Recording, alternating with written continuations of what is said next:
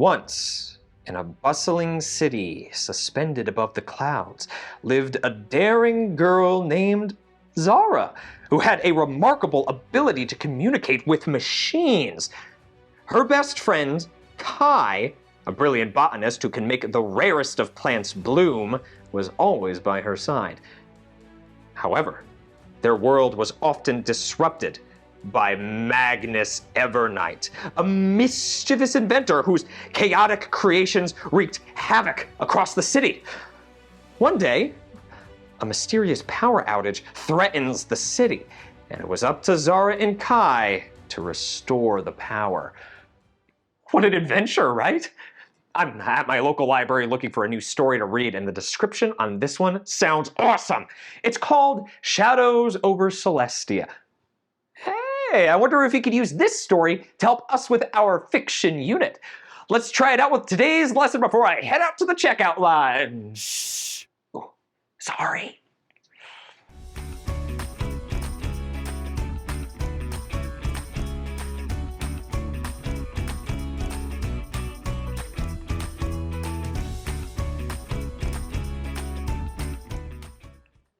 Today, we'll be learning all about characters and setting in fiction.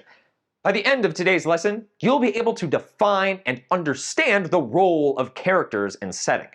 You'll also be able to analyze works of fiction to identify different types of characters and setting.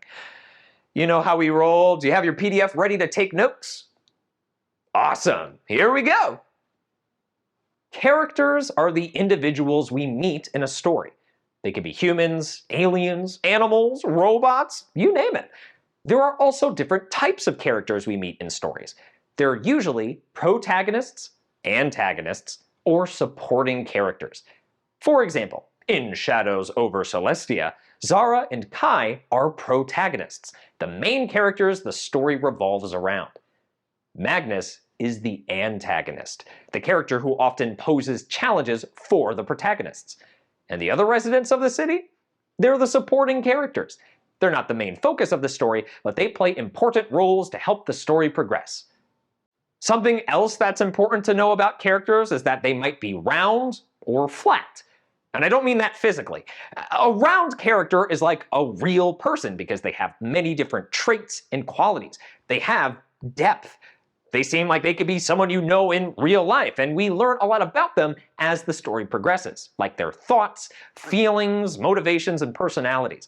They can have both good and bad qualities.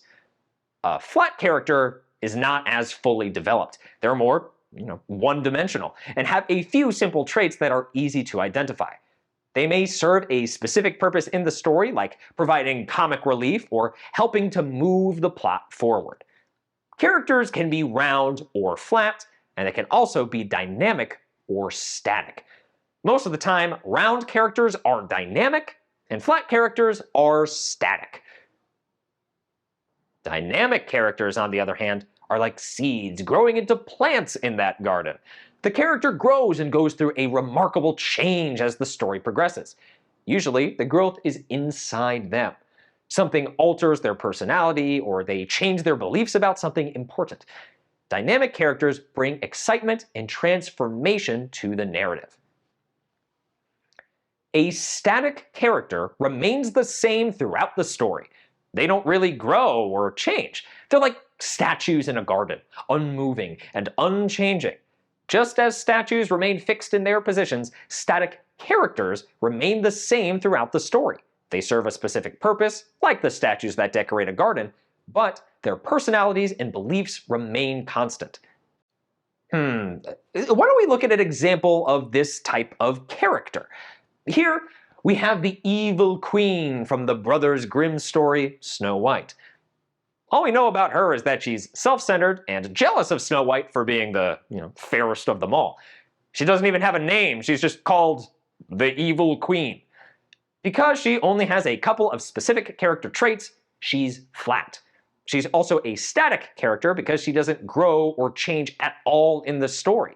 Her jealousy ultimately leads to her undoing.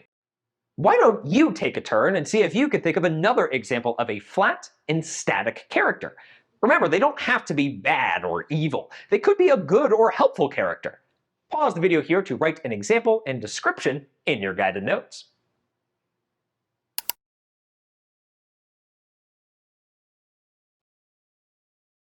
What'd you come up with? I love your thinking. Take a moment to check your work. Does your character only have a few traits? Do they stay the same throughout the story?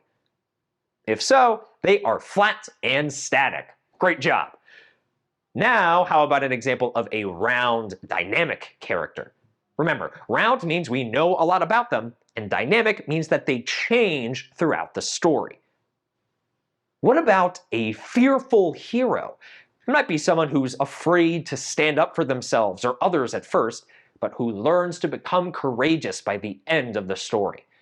They grow and share more about their personality and motivations as the story progresses. So they are round and dynamic. Excellent work exploring some character examples. Considering what we just learned, which types of characters do you think have the biggest personalities and grow the most during stories? Protagonists, antagonists, or supporting characters? Did you guess protagonists and antagonists?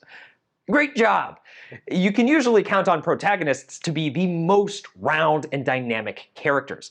You'll learn a lot about them and watch as they change throughout the story. Sometimes the antagonists are also dynamic and round characters who might change throughout the story too. This can vary from story to story, but it's definitely something to keep in mind when you're reading.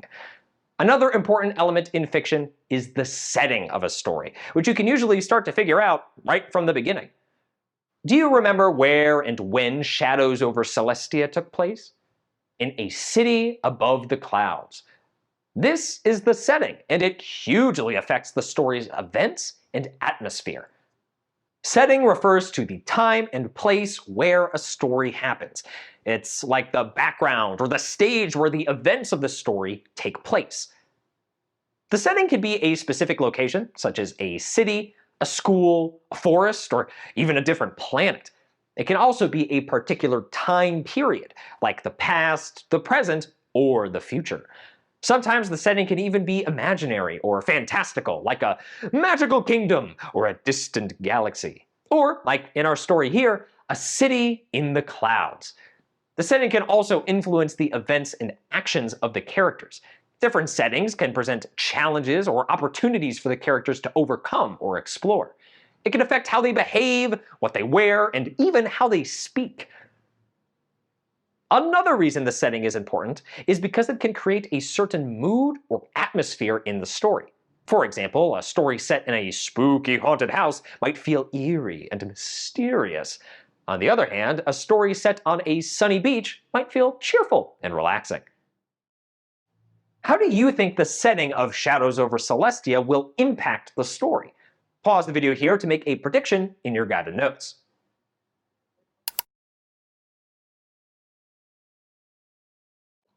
So, what do you think? Those are some great guesses. We'll just have to see how this story plays out. If I had to make a prediction, I would guess that the setting of a bustling city above the clouds might play a major role in the plot of our story. Maybe it will change our protagonists or our antagonist. We'll have to read it to see if our predictions are right. We learned a lot today about characters and setting, all from the description of one story. It seems like fiction is a really powerful tool for using your imagination, and I bet we'll learn some more lessons along the way. Remember, characters are the individuals we meet in the story. They can be flat or round, and static or dynamic. Setting is where and when the story takes place. For even more practice, you can always check out the PDF that accompanies today's lesson. As for me, I'm heading to the checkout line to take home Shadows over Celestia. I can't wait to read the whole thing. I love the local library. Where else can you borrow things for free? Shh. Catch you next time, my fellow fiction fans. Hey, hey.